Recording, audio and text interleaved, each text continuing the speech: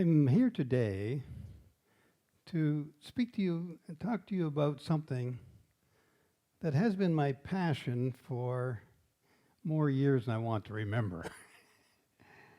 It was not my idea when I first went to university to even be an economist, let alone to be an applied economist that is passionate about being relevant and making a contribution. I'm interested in examining important variables. I'm not interested in getting significant coefficients for insignificant variables. And so my passion has been to try to make a contribution. As an academic and as a government official, I've been both.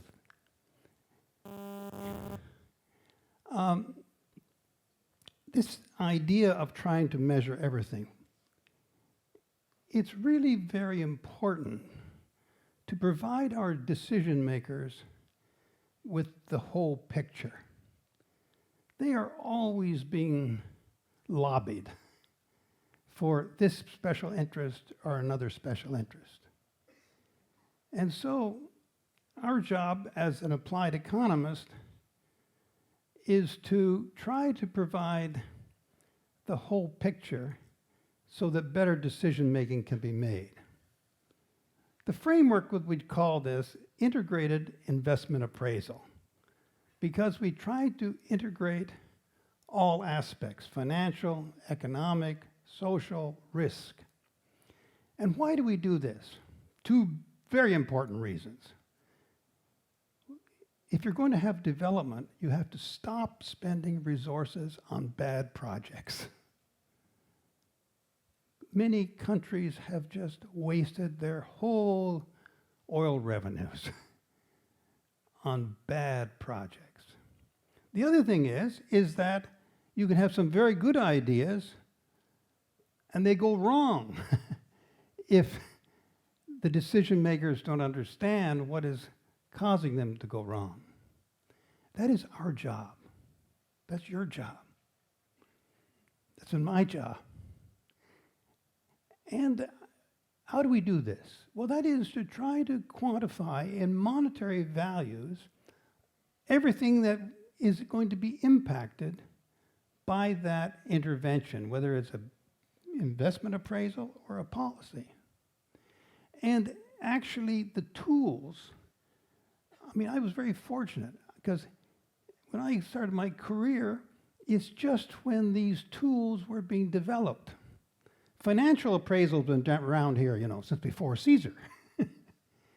But the economic appraisal of projects is basically something that I have witnessed in my career. Now it's pretty good. I just give you a little bit of a framework.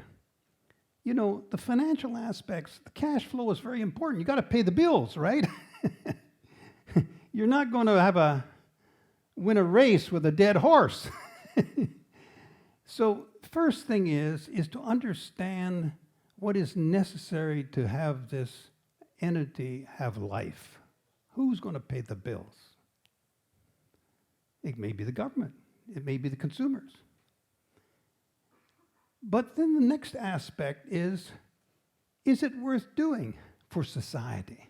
See, you can always subsidize something enough so that somebody will do it. But is it something that's going to grow society or shrink society? And that's where economic cost-benefit comes about. Now, there's a very interesting thing that if you do your economics right, the difference between those financial variables and those economic variables tell you who is going to be better off by this project and who sometimes is going to be worse off. We all try to do a project where there are winners, and we got one at the end, I'm going to show you. But often there are winners and losers, and in society we have to put this together. I people always say, the best project is something that's going to, no, it's okay. That's something that's going to, we have a project that's going to always help the poor and tax the rich. No. Economic policy is like putting a jigsaw puzzle together.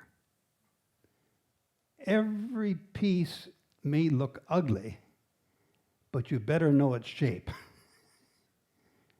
And then you can put it together and make a beautiful picture.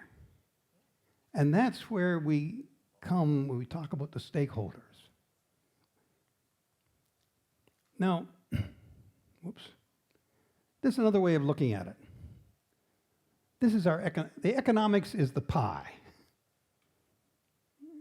And we're trying our best to, in fact, measure that whole pie by our economic tools. But then it's important to know how it's split. Is the financial big enough to pay the bills? Maybe it was private to give somebody some profits. It may generate taxes. Well, from the private sector, we all the time, we try to run away from taxes, right?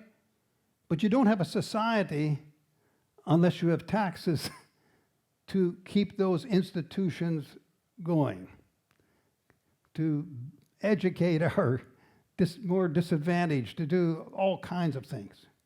We need taxes. That's part of the pie. It also is often the case that our project benefits the individuals. We may have coping costs, say, of $4 a cubic meter, and then a water project comes in and only charges people $1. The people that are consuming water are getting this $3 benefit because of our project. There may be, often we see projects being proposed for labor benefits. We got to be very careful here. How do we measure? What really is an improvement? To move from this side of the fence to that side of the fence and get the same wage? No. What is improvement in terms of people's work situation? And we should be able to measure it, not just say, this is going to create so many jobs. I mean, maybe those jobs may be worse than what the people are coming from. And of course, a big issue is environmental impacts, something that when I started my career, we hardly even talked about. But now we find that you can't do, you'd be very foolish appraisal if you didn't start by being careful about the environmental aspects. So now I want to show you a whole bunch of projects that we've done recently, and all with my graduate students who graduated from being graduate students to being employees, and now are working all around the world in some of the best organizations in the world. But all these were done when they were as our teams in our little firm. And here we have road improvements. Take an example of a road improvement. You drive down the road. You don't pay anything for it, but you get enormous benefits. Think about what the time savings you have if you didn't have a 4-lane road, you had a one-way road. Think about if it was gravel, And so we have to measure that thing. We have to measure the impact on accidents, the impact on operating costs and maintenance costs. Electricity generation, we're having a revolution these days in our thinking about how electricity should be generated. We have to worry about unreliability. You have some experience with that. That is extremely costly. And we have to keep telling people. In fact, it turns out that the lack of reliability in North Cyprus means that people are willing to pay twice of what they actually pay for electricity if they could get reliable electricity. And we've done that studies in many other countries as well. So we've done lots of projects, Uganda, Kenya, whatnot. Some other ones that I'm just going to talk about a few. Health. Well, you know, a very important thing is health is that if it's effective, you're going to live longer, right?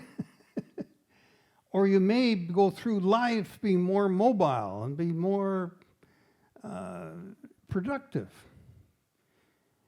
The medical profession can tell us, or medical profession plus a lot of good statistics, can tell us the efficacy of different treatments. But what is it worth? And that's where the economists come into the situation.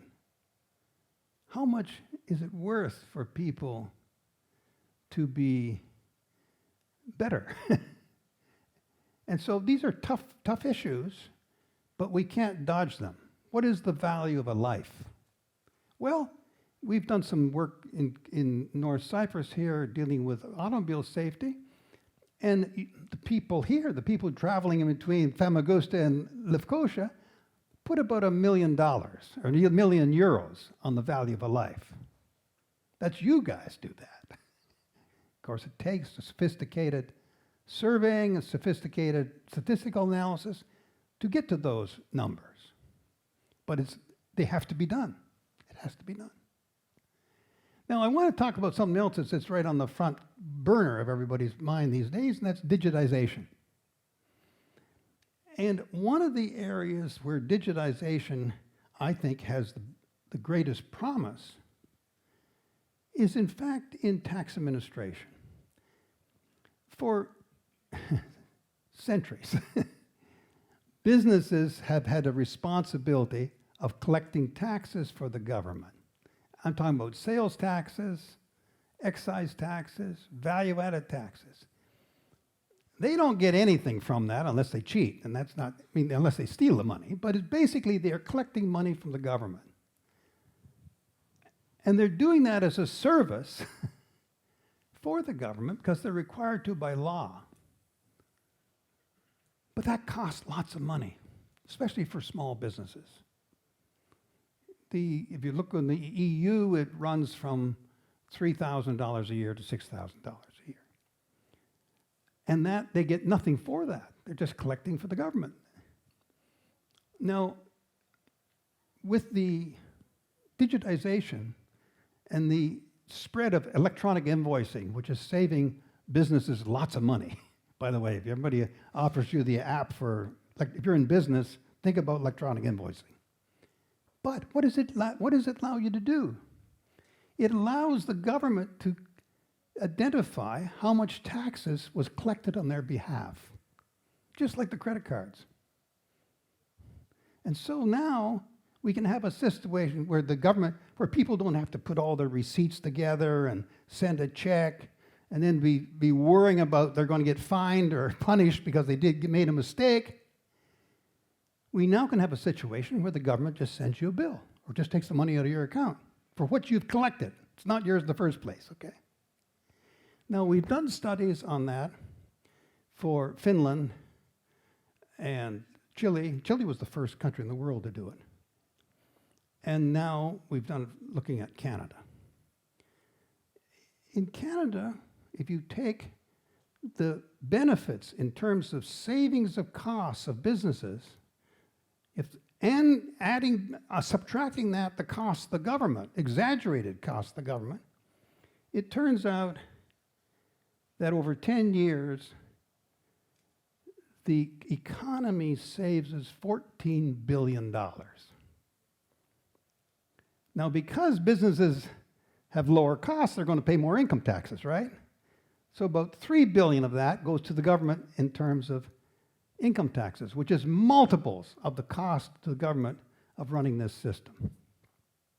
And we know what it's going to cost because we know what it costs credit card companies. And that means $11 billion goes to the pockets of individuals, and 99% of that goes to individuals and small business. Now, if that's not a winner, now why are we doing this? Because there's a bureaucracy in those tax administrations that doesn't want to change, right? And there are little political things and that somebody gets you have to change a few laws here, change the exemptions. So that's why we're going out initially. In fact, we got a student that was mine here in Cyprus and did work actually on the CIU issues, is a postdoc student for me in Queens. And we got a grant for 3 years to study this. Why? Because it's really important. And so if we get this message out, that there are roughly 2 million small businesses that are going to save between $1,000 and $3,000 in Canada. Canada's pretty efficient.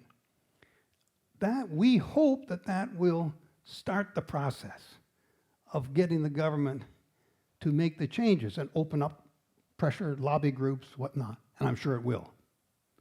So, and the thing is that I'm encouraging you, because every one of these studies have been done working with me and my colleagues. My colleagues also are students in these kinds of studies. And it has a meaning, it has an impact. It's going to change people's lives, whether it's whatever it is. They steer the resources towards good ways of spending it. Now, for the last 40 years, I've been teaching not only at the university, but teaching executive programs from around the world. And we started at Harvard, I have 15 years, and now 25 years at Queens, without a subsidy. People are willing to pay to learn these skills. And so I encourage you to, also have all through my career, I've also engaged as a consultant with governments, and that I bring those lessons back to the classroom the way I'm doing it tonight. So I encourage you to take on the challenge. If you're going to have an impact, you've got to have the facts.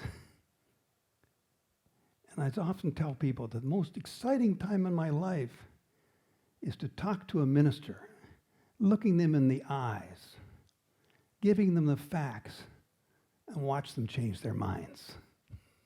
Thank you.